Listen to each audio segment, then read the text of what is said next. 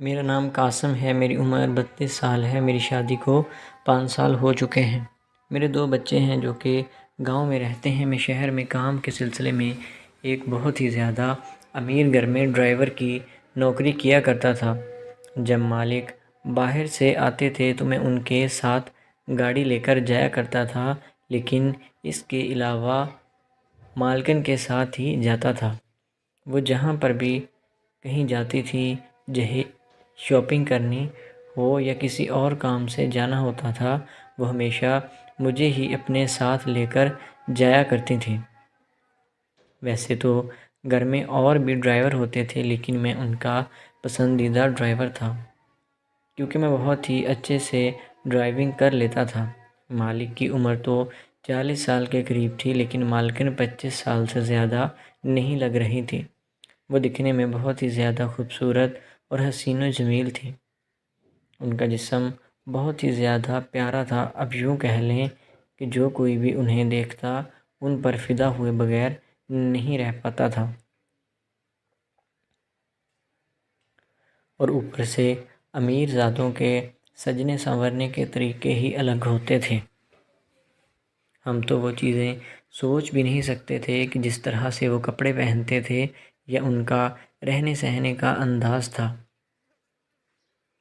خیر، مجھے اس گھر میں کام کرتے ہوئے 3 سال ہو چکے تھے۔ میں ان کا بہت ہی زیادہ وفادار نوکر تھا۔ وہ مجھ پر ضرورت سے زیادہ بھروسہ کیا کرتے تھے۔ مالک کبھی کبھار 3-4 مہینے میں ایک بار چکر لگاتے تھے اور اس کے بعد ان کی گاڑی گھر پر فری ہی ہوتی تھی، جس کو میں چلایا کرتا تھا۔ میں دکھنے میں بہت ہی زیادہ خوبصورت اور کڑیل جوان تھا۔ مالکن مجھے ایسے لگتا تھا کہ جیسے مجھ پر فدا ہو چکی ہے۔ میں جب بھی کام کر رہا ہوتا تھا تو مجھے بہت غور سے دیکھا کرتی تھی۔ ایک بار تو اتوار کے روز میں گاڑی دھو رہا تھا اور میں نے صرف پاجامہ ہی پہنا ہوا تھا۔ میں نے قمیض اتاری ہوئی تھی۔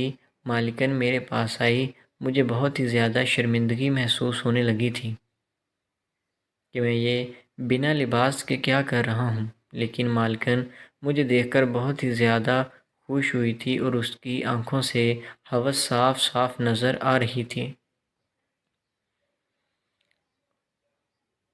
کہ وہ مجھے پانا چاہتی ہے، لیکن میں ان کا نوکر تھا۔ میں اس طرح مالک کے ساتھ نمک حرامی نہیں کر سکتا تھا۔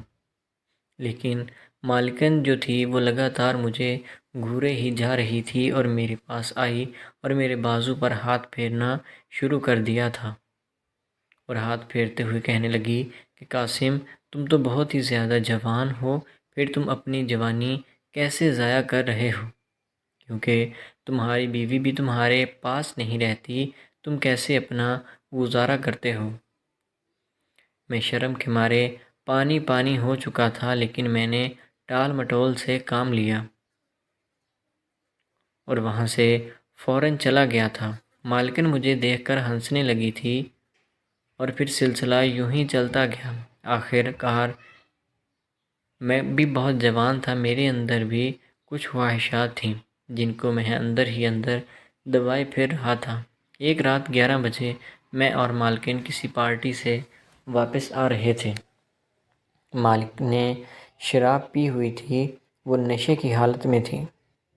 میں نے ہی اسے پکڑ کر اتارا تھا اور ان کے بیڈ روم میں چھوڑنے کے لیے چلا گیا تھا۔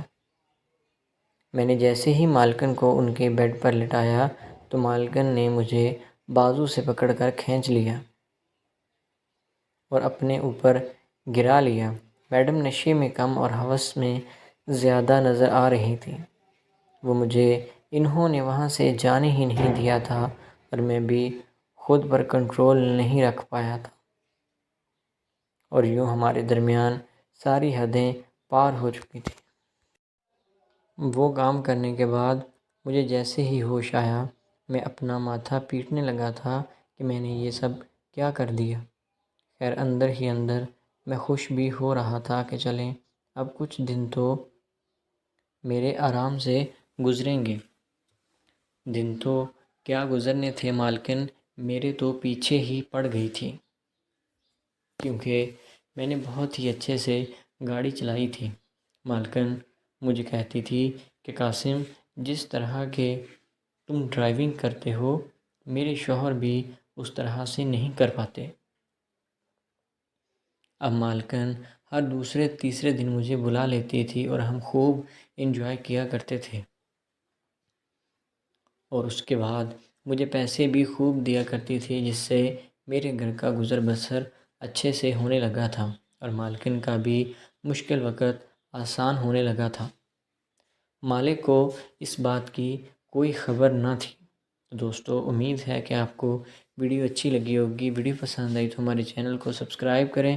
ملتے ہیں اگلی ویڈیو میں، تب تک کے لیے